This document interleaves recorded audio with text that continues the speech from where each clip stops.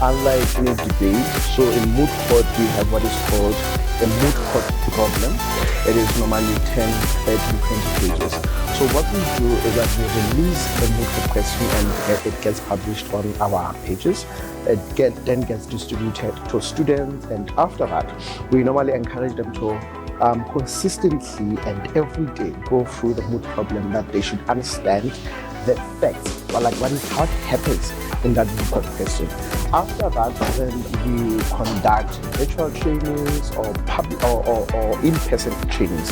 So what we focus on is firstly ensure that as a mooter and as a lawyer or as a future lawyer, that you understand your case, you understand the four corners of the content of that moot court question. Then we make them understand the law or the legal implications that are featured in the moot court question. And we do this on the basis of case laws, how we interpret legislation, how we interpret cases, and how we then apply the law to the facts. And we then teach them how to argue and make presentations before a court of law. That is the stage of moot court. Then we get into a competition. So what happens is in court there is a party that sues and there is a party that answers to the claims made against that party.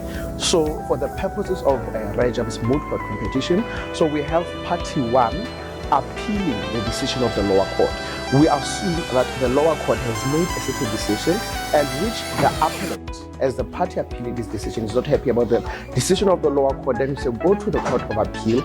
And in most cases you find that because now our moot court question is normally around the issues of human rights, it's organizations appealing the decisions of the lower court against a particular country, whom we say it is your responsibility to protect the rights of its people, but one way or the other, the institutions within your country are lacking here and there, and therefore as a respondent state, you should be held accountable.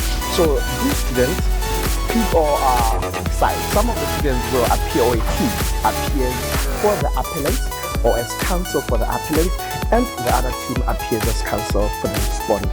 Then what happens is that in a competition, appellants makes its own submissions appealing the decision of the lower court. Then after the two parties make, or after the two counsel make their submissions, then the respondent counsel respond to the case of the appellant. That is where now the interaction between the counsel or between the students and the judges actually happens.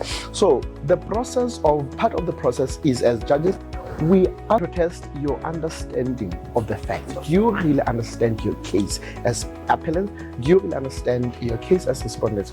And other questions come as respondents. We ask you questions on the basis of what appellants are you.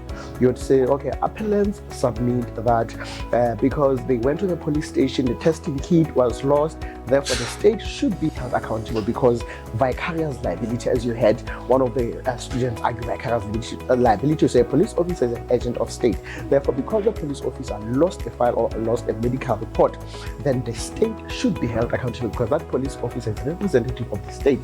Now, the respondent will argue to say, no, but that is a reckless individual. The states do not give a mandate to say, be reckless.